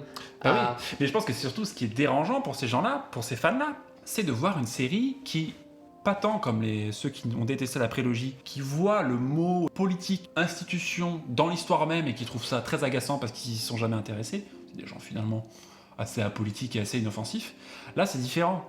On voit des gens qui se rendent compte que ils ont fétichisé un truc pas clair. Hein. Ah ouais. Et que comment dire, les Stormtroopers, en fait, ils sont pas aussi cool que ça. Et que, en fait, l'Empire, tout ça, il y a quand même des petites influences historiques très situées, qui sont indéniables, mais qu'il va falloir un petit peu assumer, quoi. Je pense que ça a parlé à beaucoup de gens qui se sont dit, mais attendez, je ne veux pas voir de conflictualité dans une fiction. Ouais. Dans le monde réel, je me demande ce que ça donne. Ah, putain, ouais. Mais tout à fait. Et une conflictualité très claire, hein, je veux dire, entre une forme très autoritaire, très fasciste, très... il y a une sacralité de la loi, etc. Et des gens qui ont un rapport peut-être un peu plus universel, un petit peu plus humain sur comment est-ce qu'ils projettent leur société, hein, notamment. Ouais, là, tu parles de Star Wars Theory en particulier, et je trouve que ça ramène quand même un peu les choses en effet à plat, en mode... Moi, ça a fait le ménage pour moi dans le fandom. Hein. Ça a fait le ménage, tu m'étonnes, parce qu'en fait là, au bout d'un moment, t'es obligé de te positionner. Là, en fait, là, ce n'est plus fun, en fait, le Stormtrooper par exemple. Là, ça fait peur, en fait. Ah, mais oui, moi, Gorman, l'épisode 8, j'en ai eu vraiment des nausées parfois. Ouais. Parfois, j'avais envie de détourner le regard, quoi. Oui, c'était épuisant. Il n'y avait pas de musique, et c'était juste un massacre, en fait. Du coup, c'était juste terrible. Les TIE Fighters, en fait, c'est plus des jouets, là, ça devient juste des avions de chasse. Des drones. Des drones, en fait, tout simplement. Et du coup, en effet, je sais plus qui avait dit ça, je crois que c'était Thibaut Claudel qui avait bien dit ça, c'est que Andorre, ça te rappelle que les Stormtroopers, c'est des faf en armure. Bah oui. En fait, ouais. Et du coup, au bout d'un moment, t'es en mode, oui, peut-être que, d'ailleurs, je sais pas, je pense que Star Wars Theory, ça révèle un truc sur lui, à mon avis, c'est que pour lui, la revanche des Sith, pour lui, à mon avis, c'est pas une tragédie. Oui, c'est une bonne nouvelle, la revanche des Sith. En fait, c'est pour ça, pour moi, ça révèle des trucs, parce que c'est pour ça, pour moi, encore une fois, vu que Star Wars, en fait, est devenu tellement culte, on en a oublié le sens, en fait. Et c'est pour ça que, notamment, le simple fait qu'il y ait une série, par exemple, Star Wars, maintenant, avec Andorre, on se rend compte que si ces images sont parvenues jusqu'à nos yeux, c'est qu'elles avaient une raison d'exister. Et on s'est rendu compte, par exemple, ne serait-ce que pour The Mandalorian, que c'était des images qui étaient vides et qui étaient uniquement là pour prouver qu'elles étaient des images Star Wars. Or, Andorre a une raison d'être, et en cela, on ne peut que l'admirer en disant, bah tiens, le temps que j'ai passé devant, je ne le regrette absolument pas. J'ai pas l'impression d'avoir perdu mon temps du tout. Et la question globale, c'est que des gens sont dans le refus total à dire que Andorre n'a rien à voir avec Star Wars parce que il emmène Star Wars ailleurs. Non, il prend une base narrative, créative de Star Wars, mais vraiment, je veux dire, faut faire un petit peu l'histoire de sa passion, j'ai envie de dire. Les gens sont très passionnés par Star Wars, mais je veux dire, fouillez un petit peu, quoi. Voyez ce qu'il y a un petit peu à la base de Star Wars, regardez les choses un peu objectivement, quoi. Qu'est-ce qui se passe dans Star Wars 4, quoi? On a un fermier qui... son oncle et sa tante se font massacrer par des fafs, quoi. Oui, c'est ça, quoi. C'est vrai, ouais. Il y a une planète qui se fait déglinguer avec une arme atomique, quoi. Je veux dire, c'est pas rien, quoi, historiquement, je veux dire. Et les gens viennent nous dire, oui, Andorre, c'est un braquage idéologique. Mais non, mais réveillez-vous, quoi. Merde, quoi. Genre, et notamment, tu m'avais dit un truc qui était intéressant, je sais pas, vous avez vu ça, comme quoi c'était quelqu'un qui analysait Andorre et tout, et qui disait que Andorre, c'est pour les gens qui veulent pas abandonner Star Wars. Je sais pas si ça vient d'où. Je crois que c'est pas du tout quelqu'un que je méprise, loin de là, c'est un youtubeur que je vous conseille beaucoup. Alors il a changé de nom, c'est La Table des Wheels, je crois, qui fait plein de superbes analyses sur Star Wars 3 et tout. Et qui avait un petit peu ce divorce avec Andorre à dire, mais en fait ça n'a rien à voir avec le conte moral qui était Star Wars. Alors effectivement, c'est plus la même forme narrative du conte moral épique qu'a pu être l'œuvre vraiment de George Lucas. En cela, ce que je voulais dire, c'est que cette phrase-là m'a beaucoup interrogé, et j'ai l'impression d'avoir compris la logique qui était derrière. Je sais pas si tu l'avais aussi. Bah, je t'en prie, développe. C'est qu'en fait, c'est un peu le constat que Star Wars, c'est médiocre parce que c'est pour les enfants. Or, vous avez grandi, donc vous voulez du Star Wars plus sombre. Et donc, dans ce cas, soit tu te casses parce que tu te rends compte que Star Wars, c'est de la merde et que c'est médiocre, soit tu rends Star Wars plus sombre. pour accorder Star Wars au toi actuel et non Mhm. plus à l'enfant que tu étais. Ouais. Mais c'est partir du postulat que Andor devient, de façon critique, hégémoniquement considéré comme un chef-d'œuvre. Ouais. Ça, c'est autre chose. Ah oui. Parce que nous, on peut les compter sur un doigt de la main. Hein. Allez, allons-y. Mandalorian, Ahsoka, Obi-Wan, The Acolyte, Skeleton Crew, Boba Fett. Boba Fett. Je pense que tout ça, ça participe d'une ambiance un peu bon enfant que je pourrais dire totalement crétinisante Ouais. pour les gamins. Bah oui. Est-ce qu'on peut au moins se réserver Andorre à vouloir grandir en tant qu'adulte avec Star Wars, quoi? En fait, c'est ça, c'est à quel point en fait, je comprends en fait cette dissociation là parce que je pense que les gens ils sont aussi dans un cadre aussi de, imaginons tu te fais un marathon Star Wars, tu finis Andorre, puis tu fais Rogue One, puis tu mates Star Wars 4. Quand même, il y a un ton plus léger dans Star Wars 4, c'est évident. Et pour eux, il y a une dissociation très forte. Et du coup, peut-être qu'on peut avoir ce débat là-dessus sur Star Wars en tant que ton. En fait, c'est quoi la tonalité de Star Wars et en quoi est-ce que justement tout ça en fait pour revenir à un fait que j'ai écouté un podcast américain. Il y a une take qui est intéressante. Enfin, on peut en parler et ça révèle un peu de ça. C'est quelqu'un qui adore cette série Andorre, mais qui dit que cette série, parce qu'elle existe, elle nous montre la nécessité d'avoir à faire un reboot de la trilogie originale. D'accord. Bah justement, en fait, la Il question pourrait c'est peut-être considérer l'épisode 6 comme une erreur, quoi. Non, exactement, Presque. et tout à fait. Et du coup, la question c'est, je serais pas loin d'être d'accord avec lui. la question en fait c'est ça, c'est qu'est-ce qui l'amène à avoir un tel raisonnement? Parce que Andorre en fait est tellement radical qu'on en est à un point où on se dit, il faudrait Ce serait du gâchis de s'en priver. qu'il faudrait que ça se rattache, qu'on rattache la trilogie originale à cette œuvre-là, au vu de sa dissociation de ton. En fait, parce qu'Andorre est beaucoup plus sombre. Qu'est-ce que t'en penserais, toi, de. Bah, comment dire, on peut pas changer le passé, quoi. Ouais. Mais comment dire, je pense que quand on voit tout ce qu'ils se sont permis avec la Posto et les séries que je viens d'énumérer, changer le ton de Star Wars, c'est pas cher payé, je trouve. Voilà, ce serait ça un peu mon avis, quoi. Et encore, on vient nous casser les couilles parce que c'est trop sombre. Quand on voit l'inconséquence et le côté abstrait, vraiment inconséquent de ce qui se passe dans Obi-Wan ou The Mandalorian, où on voit des gens se faire transpercer le bide, ça n'a pas l'air de poser de gros problèmes. C'est quoi le fautif? C'est celui qui pense que Star Wars c'est le Marvel Cinematic Universe, ou celui qui pense que c'est une chronique politique sur le fascisme?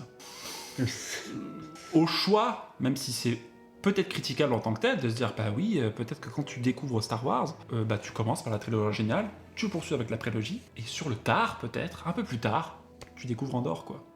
Mais, comment dire, ça va avoir une vision très marchande. Quel est le public? Qu'est-ce que je vise?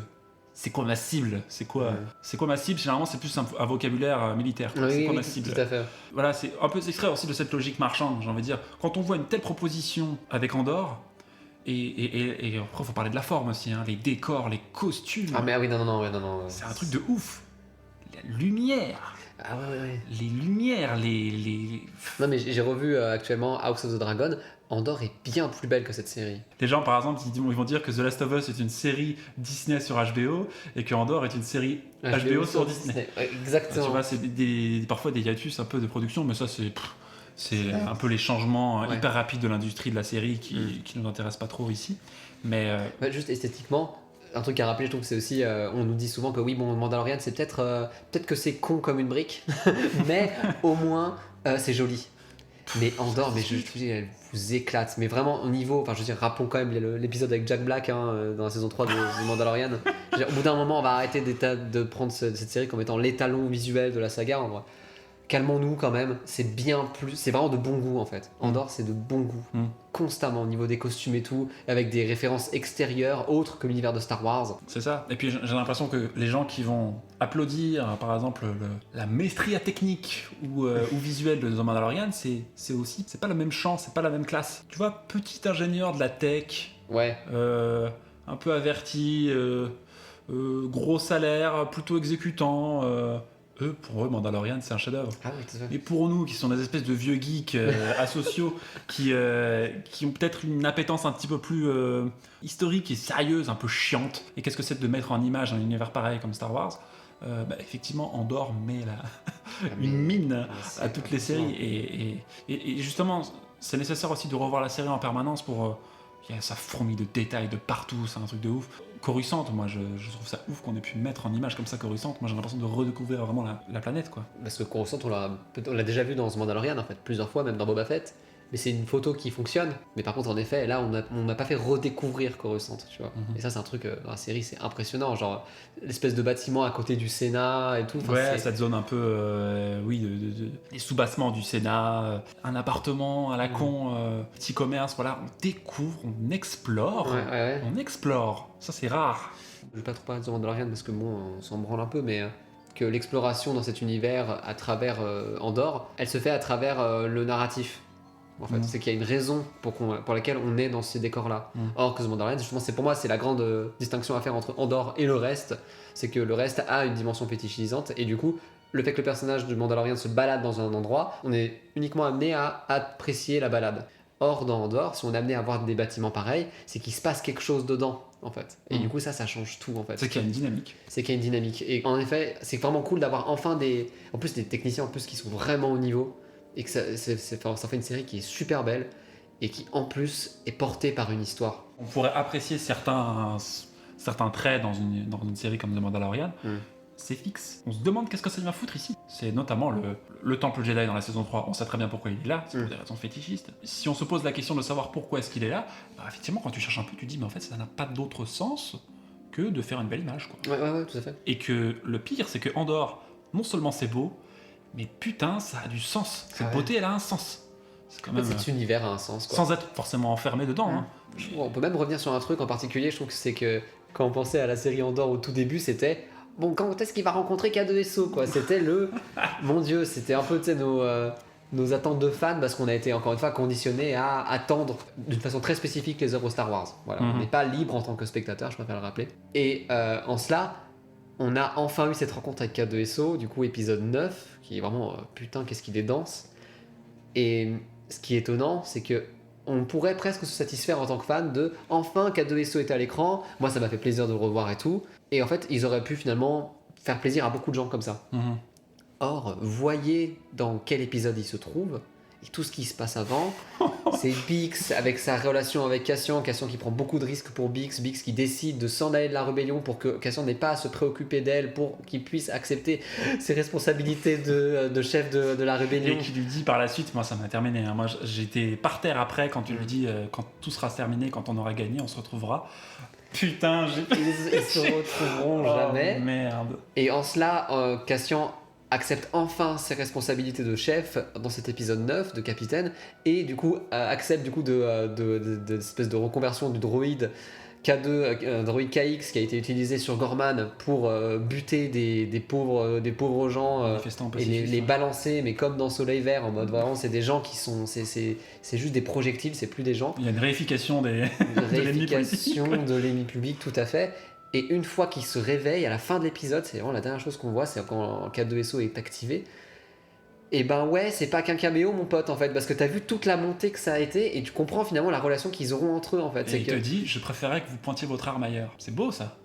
C'est marrant. C'est beau, je trouve. C'est que finalement, on aurait pu simplement se satisfaire de ça, en fait. C'est comme, j'aime bien faire ce parallèle aussi avec Arcane, par exemple, qui est une série que j'adore, mais qui visuellement, elle était tellement belle, cette série, que tout le monde aurait apprécié la voir, même s'il n'y avait pas d'histoire. C'est un peu ce que je pourrais dire sur Cassian, avec Andorre, avec K2SO. Finalement, on aurait pu se satisfaire de sa présence, K2SO, de sa convocation. Or, c'est impressionnant à quel point ils se sont dit attends, on va le faire, mais on va le faire vraiment, en fait. Et ça, c'est une approche que j'ai jamais vue et qui, en fait, me fait considérer en fait, à quel point on nous a pris pour des cons pendant 10 ans. Quoi. C'est qu'en fait, il n'y a pas cet équilibre industriel entre il faut qu'on assume ce rôle très pernicieux, très putassier de allez, on va faire des petits caméos à la con, mais à côté de ça, je vais faire mon projet de vraiment vous raconter une histoire propre et authentique sur la montée du fascisme et la nécessité d'une rébellion qui essaie de s'allier de façon un peu chaotique, on y reviendra peut-être après. Non, en fait, Gilroy, il va complètement s'approprier peut-être un agenda, peut-être qu'on lui a demandé évidemment de mettre K2 dans la série, mais en fait il se l'approprie d'une façon qui est tellement plus rafraîchissante et tellement moins crétine que je pense qu'en plus il y a eu des rumeurs comme quoi après la saison 2 apparemment Filoni il a pété un câble. Apparemment il est monté au créneau, il a dit mais apparemment il est en total refus avec shut it down, quoi. Évidemment. Évidemment qu'il est dans le refus, évidemment que ça lui a pas plu. Ouais. Parce que c'est contre lui. Mais oui, tout à fait, bien sûr. Enfin, ça va contre lui, c'est pas destiné contre lui, je veux dire. Ouais. C'est pas volontairement adressé contre l'univers de Filoni, parce que moi, ça m'aurait agacé d'avoir une série militante qui passe son temps plus à dire oui, Star Wars c'est ça, plutôt que vraiment s'exprimer artistiquement. Ah oui, Ce tout à que fait, Andor, c'est ça. En fait, simplement le fait de s'exprimer artistiquement déjà est une révolution. En Oui, fait. oui, Si déjà. on Ouais. puisse se permettre. Et au-delà de ça, si on dit qu'en fait cette série Andor elle est intelligente, c'est pas uniquement pour flatter notre intelligence de spectateur en fait, parce que déjà ça raconte quelque chose, donc c'est toujours intéressant de s'y pencher. Et si je fais autant d'éloges sur cette apparition de K2SO, c'est parce que émotionnellement ça m'a fait un truc en fait. C'est parce qu'on a bel et bien vu aussi cette logique de caméo, même si maintenant les gens commencent à s'en rendre compte, et en vrai c'est une putain de bonne chose, merci, il fallait 10 ans pour s'en rendre compte quoi.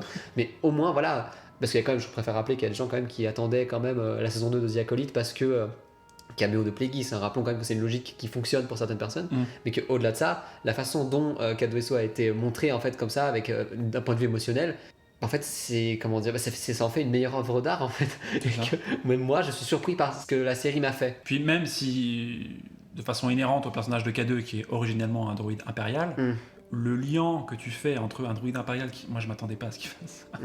Franchement, un droïde qui rentre sur une place comme ça et qui déglingue des mecs, et d'une violence, moi franchement j'avais envie de faire pause quoi. Ouais. Et que ça en vienne à devenir ce droïde là qui est peut-être l'un des droïdes les plus drôles qu'on ait vu. Il est super. Bon, certes inspiré de HK-47 dans KOTOR, mais effectivement, oui, c'est pas du tout la même approche que t'as vu, au dernier plan de ta série, et ben ta Jedi là, elle va aller rencontrer Yoda. Ah ouais, super. Tu as vu, c'est Yoda. À aucun moment, alors on vient t'agiter K2. T'as vu, c'est K2 que tu aimes bien, parce que c'est ton film préféré, parce qu'on sait pertinemment, et ils l'ont montré pendant la campagne promotionnelle de la saison, que voilà, la série elle est acclamée par la critique. On sait que Rogue One il est apprécié par tous les fans, par on va dire 9 fans sur 10. Effectivement, ils auraient pu complètement se gaufrer et faire une saison 2 fanservice quoi. Ah oui, tout à fait. Mais non, Gilroy il a gardé les manettes. Et je trouve que produire les choses de cette façon, dans ce contexte-là, mais moi ça m'a fait halluciner pour la saison 1, qui est peut-être pas si peut-être plus radicale que la 2 en un sens. C'est une anomalie, je ne comprends pas cette série. Je ne comprends pas. Évidemment, elle nous échappe quoi. Et du coup, c'est ça, et ce côté, quand tu te parlais un peu d'intelligence, c'est pas de se sentir flatté dans le sens où ah oui, parce que cette série elle me parle à moi, parce que moi je suis un peu plus adulte, un peu plus intelligent. Non, c'est que on sent que cette série nous dépasse, pas dans son sens, mais même artistiquement.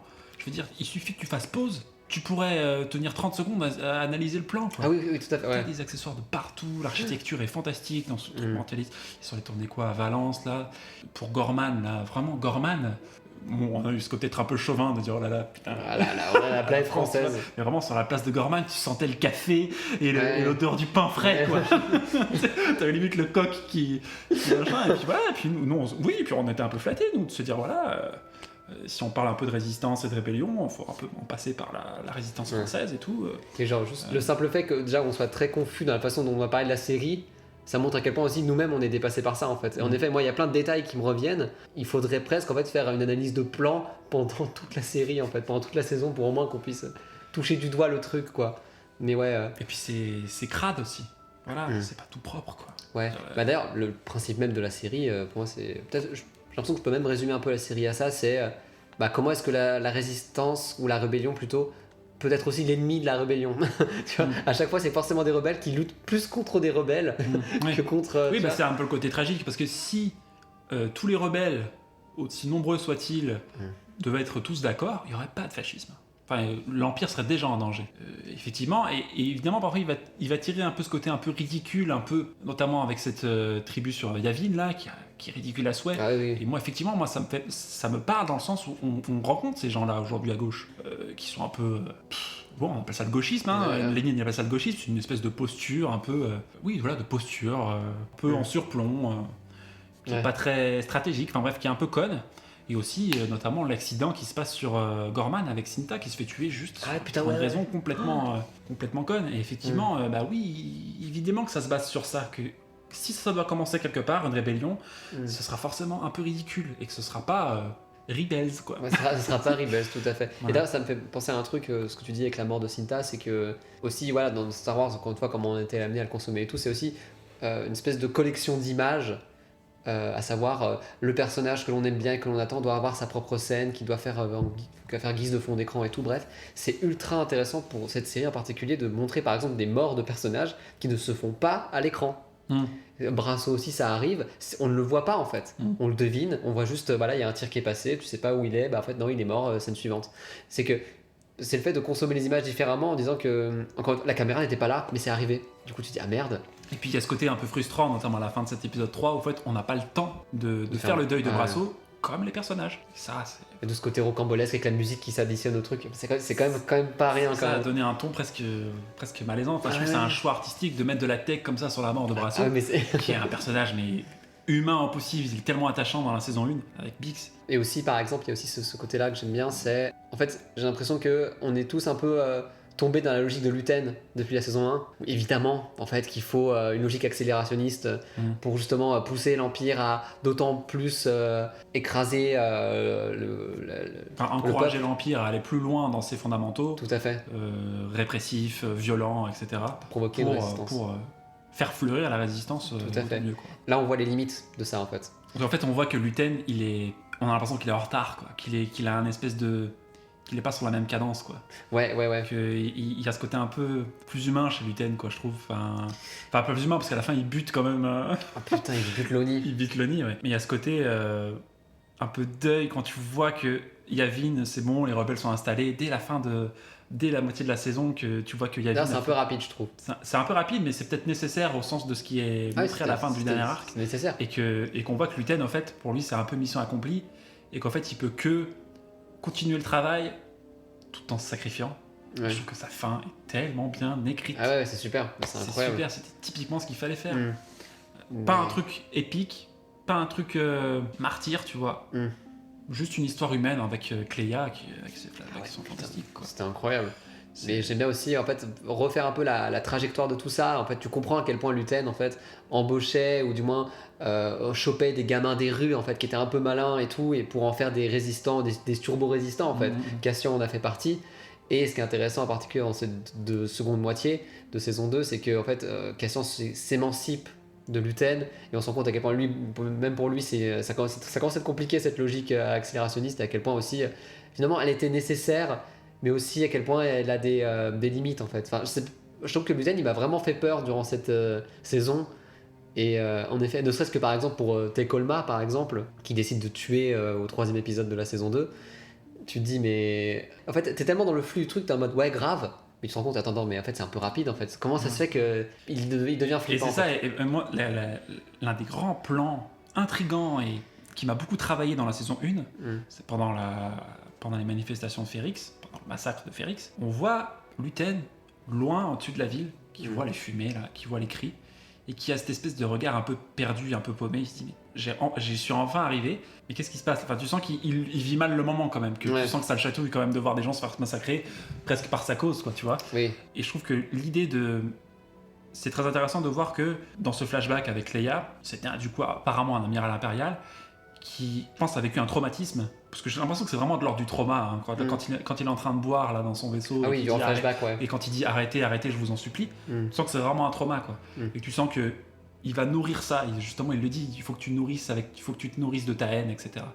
Et tu sens qu'il n'a plus aucune... Et c'est ce qu'il dit aussi dans son fantastique monologue de la saison 1, quoi. Il dit tu sens qu'il est condamné à ne travailler que ce trauma-là, et qu'il fera absolument tout son possible pour tuer son ennemi, quoi. Même si c'est avec des outils plutôt douteux. Mais je trouve qu'ils ont apporté il est fantastique ce personnage de Luten. Il est vraiment, pour moi, c'est devenu presque un personnage préféré de l'univers, quoi. Il y a une espèce d'ambiguïté, quoi. Bah oui, tout à fait. D'ambiguïté qu'on ne peut que travailler, quoi. Mais je pensais pas, c'est ça exactement, mais moi je pensais pas m'en méfier autant en fait. C'est ça qui m'étonnait en fait. Parce que pour moi c'était vraiment l'insurrection, c'était le mentor en fait finalement dans cette série, et du coup le fait de s'en méfier à la fin, et que même lui en fait est complètement le meurtre de Loni en fait à la fin, elle fait office d'illustration d'à quel point il est allé loin en fait. Mais en fait il faut se rendre compte que c'est un travail qui est là depuis le début en fait, et que justement c'est encore une fois une accélération en fait, ça devient de plus en plus dur, quoi. Je trouve qu'il y a un côté Bon, il y a le côté extrêmement tendu, bon, on voit Dedra rentrer dans la boutique, faire des échanges de politesse, et puis Ouais. d'un coup elle sort le Star Pass Unit là, Mm. tu dis, oh, putain ça va être tendu, et puis là tu sens que justement il y a encore ce jeu de Luten, il tombe le masque, pas avec ses alliés de l'ombre, mais là il tombe le masque devant son ennemi, pour la dernière fois, et après il se suicide quoi. Putain, mais C'est d'une lourdeur. Ouais. Enfin bref, c'est aussi émotionnellement, intellectuellement, c'est une série qui est quand même très très très riche quoi. Oui, tout à fait. Enfin, Mais bref, du c'est coup, voilà. fantastique. C'est pour ça que finalement, moi, la dernière interrogation que j'ai, c'est comment est-ce que justement tu rallies le mythologique et le politique, justement. Parce que là, on est passé du mythologique dans Star Wars à un truc plus politique, en fait, et plus concret, on pourrait dire, plus matériel. Et en cela, si tu vois ça, en effet, puis après tu mates, comme on disait, la trilogie originale après, comment est-ce que tu arrives à affilier l'ensemble, en fait? Moi, je trouve que Rogue One fait bien la transition, mais je comprends aussi la gêne de certaines personnes qui se disent, mais en fait, on n'est pas du tout dans un cadre mythologique tel qu'on nous l'a vendu, en fait. Oui, on n'est Il y a pas une dans radicalité, en fait. On n'est pas dans le héros classique. Bah, quand on dit classique, c'est un sens péjoratif, mais c'est pas du tout le cas. Hein. On n'est pas du tout dans le héros classique, dans le récit épique qu'on aurait pu nous habituer. Effectivement, c'est autre chose, mais il y a des questions à se poser sur savoir est-ce que Andor peut être perçu comme congruent avec la saga. C'est des questions à se poser, mais de là à refuser la série en tant que telle, en tant qu'objet autonome, non quoi. Ouais. Réveillez-vous quoi. Oui, juste parce que c'est un ton sombre, quoi. Genre, ouais, voilà. On va garder évidemment beaucoup de souvenirs de cette série parce que bon, beaucoup de souvenirs, mais dans un sens, j'ai l'impression de pas encore avoir vu la série et que oui, effectivement, en tant que fan de Star Wars aujourd'hui, ce qui pourrait être un peu désespérant, c'est qu'on sait que ça va être sans doute la dernière fois qu'on va vivre un truc aussi fort putain. dans Star Wars. Certes, dans une vision très très claire une direction artistique qui est très claire. Voilà. Après, à l'avenir, effectivement. Nous, niveau espoir, il n'y a pas grand chose. Ah ouais, non, c'est vrai, là, en fait, on a passé une des choses qu'on attendait le plus, et que maintenant, il y a quoi, saison 2 de Ahsoka et tout, enfin bref, on s'en fout total, quoi. Et voilà, mais je pense qu'il faut quand même retenir certaines leçons dans le fandom, c'est que, regardez, Andor, c'est venu, ça n'intéressait personne. C'est venu, c'était un truc complètement inattendu, complètement inédit. C'est l'histoire de Star Wars, l'histoire de la guerre des étoiles, le truc. Star Wars 4, qui a attendu Star Wars 4 Enfin, je veux dire, qui a vu venir ce truc et a dit attendez, ça va être un truc génial, hyper bien abouti, hyper riche et tout. Bah non. Ouais, tout à fait, ouais. On est là à avoir le même récit pour la nouvelle saison 2 de Ahsoka, le nouveau film avec Gosling, avec les nouveaux films sur Rey, là, non un truc à dire aussi, c'est oui, en effet, Gilroy est reconnaissant envers Kennedy, parce qu'elle a soutenu le truc, tu vois, mais. Enfin, j'ai envie de dire, nous. On pourrait dire merci à Kennedy, mais je suis pas sûr qu'elle ait compris vraiment ce qu'elle avait signé. Hein. Non, je pense qu'elle était autant surprise que nous, voilà. finalement. Mais qu'au-delà de ça, avec l'univers qu'elle-même a créé, à travers ça, il faut se rendre compte que si on applaudit tous Andor, on peut pas applaudir toutes les séries qu'il y a eu avant, en fait. C'est ça qui m'énerve un petit peu actuellement. C'est incompatible. C'est incompatible. Et ça, c'est un truc, même si, encore une fois, tout le monde, même des gens plutôt qui sont pas forcément engagés et tout, disent ouais, Andor, c'est une super série, ça m'a ému de ouf, mais j'ai quand même hâte pour Ahsoka saison 2. Et pour moi, il y a un problème en fait dans une façon de consommer la chose. Et par exemple, voilà, je pourrais dire merci à Kathleen Kennedy pour quand même avoir fait Andor, tu vois, avoir produit Andor plutôt. Mais c'est aussi à cause de Kathleen Kennedy que Andor partait avec les mauvaises bases aussi en fait, parce que cet univers n'était pas propice à la création d'un truc pareil en fait. Donc en fait, j'ai pas envie je rachète pas Kathleen Kennedy pour ça. Vraiment pas. Parce qu'en fait, en plus, on voit la balance, elle penche plus côté Filoni, tu vois. Mais que voilà, pour moi, il y a vraiment un problème de ce côté-là, d'applaudir toutes les œuvres et de trouver congruent, en effet, d'aimer la postlogie et d'aimer en même temps Andor. Enfin, pour moi, il y a quelque chose qui bloque, en fait. Et c'est pour ça que moi, il faut rappeler ce côté-là il y a quand même quelque chose. En fait, il y a une radicalité à avoir, en fait, quand on aime cette série, c'est qu'on peut pas tout aimer, en fait. Et puis, évidemment, il y a des réactions très différentes. C'est que. Des fans pas très actifs dans le sens où ils sont pas. Enfin, ils terminent Andor, ils essaient de réfléchir. Bon là, on est quand même relativement à chaud. Qu'est-ce qu'ils vont réclamer ? Enfin, réclamer. Ils vont se projeter sur quoi Il a dit bon, maintenant on va passer à Ahsoka, mais c'est d'une tristesse. C'est une tristesse de se projeter sur Ahsoka après. Je veux dire merde quoi. Et je sais pas, des gens et les gens qui disent oui putain un spin-off sur So Gerrera on l'a pas assez vu. Dantooine on n'a pas vu la base de Dantooine. C'est vraiment dommage. Voilà, vous vous projetez sur quoi ? Et voilà, en fait, c'est encore tous ces problèmes de beaucoup plus complexes qu'on ne maîtrise pas sur c'est quoi la relation entre la demande et l'offre dans le cas d'une industrie culturelle comme Star Wars. Quelle place on a, nous, en tant que fans.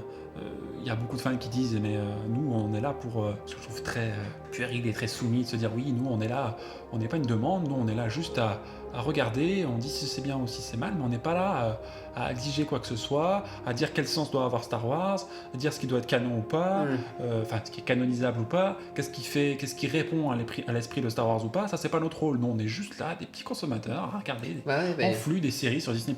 C'est une tristesse. C'est pour ça que, en fait, pour moi, c'est vraiment la bonne façon de finir là-dessus, mais vraiment ce sentiment-là de...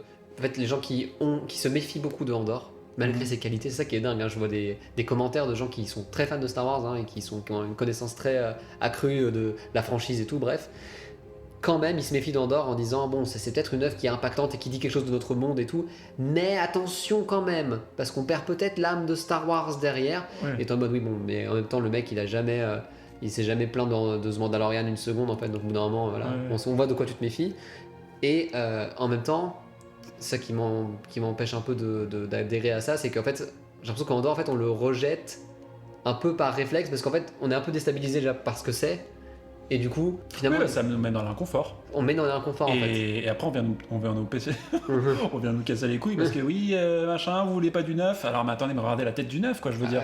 Si Obi-Wan et Ahsoka, c'est des trucs neufs, alors autant dire, restons purement des espèces de petits intégristes, quoi. Et ça veut dire qu'en fait, la consommation qui est derrière, qui est plébiscitée, même inconsciemment, je trouve, indirectement, c'est celle d'un spectateur qui est passif, qui apprécierait un Star Wars sur un ton léger, parce que visiblement c'est la seule façon qu'ils arrivent à distinguer Andorre du reste, c'est que Andorre a un ton sérieux. Voilà, finalement c'est un peu ça à peu près la logique. Finalement, le ton léger de The Mandalorian correspondrait mieux à la saga, alors qu'il n'y a aucun enjeu et tout, bref. Et en cela, je trouve que c'est un petit peu réducteur de justement... en plus, c'est pas neutre aussi, je trouve, d'encourager les gens à être plus passifs et à exiger moins, de se mettre même en position un petit peu soumise de spectateur, en disant nous ne valons rien, au moins les œuvres elles méritent d'exister, nous on est tous des merdes. Dans cette continuité, de dire que toutes les œuvres sont un petit peu relatives entre elles, qu'il faut se contenter de tout. Ça, c'est un réflexe de soumis. Et de soumis à quoi ? De soumis à la marchandisation de la culture, de ce rapport très, très soumis à une consommation très, très prosaïque, quoi. Et c'est flippant. Mais du moins, c'est... une bénédiction, un miracle, je ne sais pas, on emploie des trucs un peu d'une espèce de théologie un peu bizarre, parce qu'on est un peu désespéré depuis 2015 maintenant, et on a eu, en fait, ce qu'on peut qualifier d'un chef-d'œuvre, quoi, je pense. Et c'est sans doute l'une des plus belles pages de l'histoire de notre passion, et franchement, quand tu termines ça, non seulement t'es déstabilisé par le truc parce que t'as l'impression de t'être pris une claque, quoi, et tu ne peux que, moi c'était mon truc, c'est merci, quoi. La reconnaissance que j'ai pour ces gens, quoi, pour tous les corps de métier qui ont participé à cette série, les décorateurs, les costumiers, Gilroy, les acteurs qui sont fantastiques, Adrien Arjona qui pour moi... c'est l'inexpugnable arrogance de sa beauté nous asperge, je pense. Diego Luna qui a la production aussi. Mais je finirai un peu là-dessus en disant que c'est vrai qu'à une époque, type Star Wars 8, Résistance, c'était quoi, 2017, 2018, et Solo aussi à l'époque, putain. Je me rappelle qu'il y avait vraiment ce discours-là de si vous aimez pas Star Wars actuellement, les gars, cassez-vous, je suis sûr que vous pourrez bien manger ailleurs, quoi. Il y avait vraiment ce discours-là. Encore cette solution marchande. Encore une fois, tout à fait. Tu pourras consommer ailleurs, t'inquiète pas. La main invisible, les gens. Et là, en fait, c'est ça. Et là, actuellement, depuis la sortie de cette série, avec ce qu'on a vécu côté fan et tout, j'ai vraiment ressenti un regain d'intérêt énorme pour Star Wars. Et là, j'ai envie de me replonger dans KOTOR 2 actuellement, c'est ce que je suis en train de faire. Je suis content de m'être accroché jusque-là, parce que je sais qu'il y a plein de gens qui se sont cassés depuis Star Wars 7 et ils auront bien eu raison, en fait. Ah oui, de gens qui sont peut-être un peu moins investis que nous et qui se disent... Ils ont vu l'épisode 7, ils ont vu l'épisode 8, ils n'ont pas raté la suite. Ils ont vu 2-3 séries, ils se sont dit bon, c'est pas pour moi. Et nous on est là à leur dire attendez, on est là à dripper on est là à agiter le drapeau blanc. Et, attendez, il y a un chef-d'œuvre qui vient d'arriver. Venez regarder, quoi. Et le fait qu'on soit encore là, tu vois, en parler et tout, en mode on est encore là en fait. Et je suis vraiment très fier de ça, en disant de pas être passé à côté et tout, et de dire que bon voilà, Star Wars ça peut être bien mieux que ça. Et en effet, c'est très compliqué quand on est face à un monopole, par exemple celui de Filoni, de se rendre compte qu'il y a un extérieur. En fait, de se rendre compte que Star Wars ça vaut bien mieux que ça. Or, quand on a que ça, évidemment, je veux dire, la période noire avec The Clone Wars, tout le monde applaudit The Clone Wars parce qu'il y avait que ça, mes amis. Et c'est normal que vous soyez désespérés, je le comprends. Et même si vous avez peut-être commencé à aimer ça, oubliez pas en fait que c'est pas neutre en fait. Ce qu'on a avec Filoni, ça a beau être un monopole, c'est pas la seule façon de prendre cet univers. Et Gilroy, encore, c'est nous on ça. peut encore s'ouvrir, c'est qu'il y a ce côté un petit peu. Les gens sont encore dans l'idée, c'est soit Filoni, soit Gilroy. Qu'on espère que l'un soit hégémonique, que l'autre ne le soit pas, etc. On s'en fout. C'est que pour l'instant, on a deux photographies, un peu la photo abstraite, un peu puérile, un peu pauvre, un peu beaucoup d'ailleurs, de Filoni d'un côté, et de l'autre Gilroy qui a cet aspect beaucoup plus matérialiste, réaliste, politique de Star Wars. Et on a du mal encore à s'imaginer d'autres solutions qui vont peut-être arriver un jour, je ne sais pas.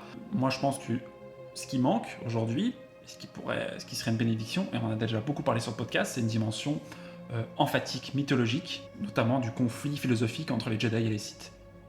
Ils ont essayé avec The Acolyte. Oui, putain. Mais je pense que c'est ça qui manque. Et s'il y a bien un aspect, enfin vraiment une corde sur laquelle ils pourraient jouer, ce serait celle-ci. KOTOR remake, je ne sais pas. KOTOR remake, ou un film, une série, peu importe. En tout cas, voilà, on peut imaginer d'autres choses. Peut-être encore être surpris par une approche encore toute nouvelle de Star Wars, quoi. Parce que finalement, ce que nous a appris finalement Andor, je trouve que c'est que, en fait, je suis pas évidemment que George Lucas n'aurait jamais financé un truc pareil. En fait, j'ai cette conviction là que il aurait rejeté cette approche.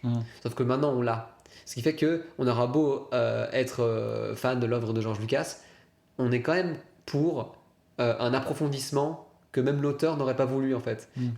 Comment dire, moi je vois vraiment ça Andor comme étant on va plus loin en fait, on prend ce qu'il y a déjà là et on fonce, tu vois, et on approfondit avec une direction artistique claire et qui est aussi finie et qui n'est pas indéfinie au potentiel d'exploitation du truc. Par exemple, il y a beaucoup de gens je sais beaucoup les gens qui sont fans d'Andor comme nous qui disent oui, il faut faire un one shot, une série, une saison fixe sur les espions Botan.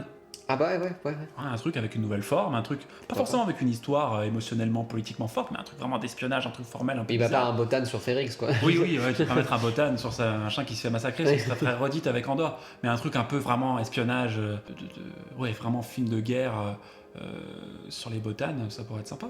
J'essaie un peu de me mettre à la place des marchands en costume cravate. Oula, ça leur a bien plu, Andor saison 2, on va faire un truc dans le même genre, tu vois. C'est ça. On n'est pas dans Secret des Dieux évidemment sur comment est-ce qu'ils vont exploiter la suite. Moi, ce qui m'inquiète, c'est surtout les films. Ils se sont dit, oui, on va arrêter les films après l'aposto parce qu'ils se sont rendus compte qu'ils ont absolument foutu en l'air le public. Et là, ils reviennent avec des trucs qui ne m'inspirent aucune confiance. Ah oui, tout à fait, pareil. Encore une fois, à l'horizon, sur les films, moi, je vois rien. Toi non plus, je suppose. Pas vraiment. Sur les séries, rien. Toi non plus. Ouais. Voilà, les jeux vidéo... Enfin, le jeu vidéo, il n'y a rien dessus, on a l'impression qu'ils sont tous dans les cartons, qu'il n'y a rien personne qui travaille dessus. Mais voilà. Mais en tout cas. Vive Andor, putain. Mais vraiment. Un truc de ouf. En fait, j'ai l'impression qu'on est même dépassé par ça. C'est ça, mais c'est ça qui est agréable aussi. C'est même pas notre podcast le plus clair en fait, parce que même nous on est étonnés en fait. Et en effet, on se rend compte que c'est même un peu la fin de la chose. Moi, quand je suis allé voir ces derniers épisodes, je me suis dit c'est la fin de Star Wars. Donc là maintenant, je suis un peu paumé en mode attends, mais c'est quoi la suite? Et là on vient de dire que la suite on s'en branle. Du coup on est un peu en mode bah voilà, Star Wars c'est peut-être fini en fait, genre c'est là je sais pas trop. C'est une dinguerie, mais du coup c'est pour ça que voilà, encore une fois quand tu te prends un truc pareil dans la gueule, évidemment qu'il te faut du temps pour y réfléchir. Je suis convaincu qu'il y a plein de vidéos YouTube qui vont bien analyser avec des faits, avec vraiment comprendre pourquoi cette série est géniale. On sait pas vraiment attardé. Un vidéaste dont je vous mets en description qui a analysé les références historiques de la saison 1, qui est notamment au niveau politique et de lutte sociale. Mais du coup voilà, c'est pour ça que c'est vraiment génial. Et voilà, mais je pense que la question que les fans doivent se poser sur l'exploitation de la saga, c'est la question du monopole de Filoni, qui est indéniable. Et que peu importe ce qu'on pense de Filoni, est-ce qu'il mérite d'avoir un monopole? Non. Est-ce qu'il ne faudrait pas qu'on le confine un petit peu dans l'espace qu'il avait peut-être à l'époque de The Clone Wars? Il faudrait que le monsieur au chapeau se taise, se remette en question, voire même arrête. Tant qu'à faire, qu'il fasse son propre studio, tu vois, je sais pas. Je sais pas, créer un autre univers, je ne sais pas. Et peut-être voilà, laisser un peu les fans respirer. Mais en tout cas, voilà, c'était un vent de fraîcheur, mais une bénédiction vraiment. Andor, c'était juste merci quoi. Et ça fait du bien quoi. Et encore, tu vois, ça encourage aussi à nuancer un petit peu les débats, à ouvrir aussi d'autres opportunités sur quelles différentes formes ça peut donner Star Wars. Et puis aussi, qu'on arrête de nous casser les couilles quand on dit qu'on est anti-Disney. Ce qui est un peu catchy comme mot. Mais en fait, évidemment qu'on est anti-Disney. Parce qu'il y a de très bonnes raisons à être Oui, anti-Disney, ouais. parce qu'il y a des structures économiques derrière qu'il faut critiquer. Mais non, et en fait on remarque qu'il peut y avoir des échappées très rares. La prochaine, je sais pas quand est-ce qu'elle aura lieu, mais on l'attend de pied ferme. Exactement. Donc merci quoi. Et Merci, Andorre. merci à vous de nous avoir écoutés. Voilà, de roche et de ciel, Oh putain, c'est incroyable ça. de roche et de ciel, et voilà, merci. On vous dit à bientôt pour d'autres émissions, mais voilà. On Merci. parlera forcément de Ahsoka saison 2, Oui, oui, certainement. sûrement. Allez, Putain. Allez, salut tout le monde. allez, Sagrona Tima. Salut.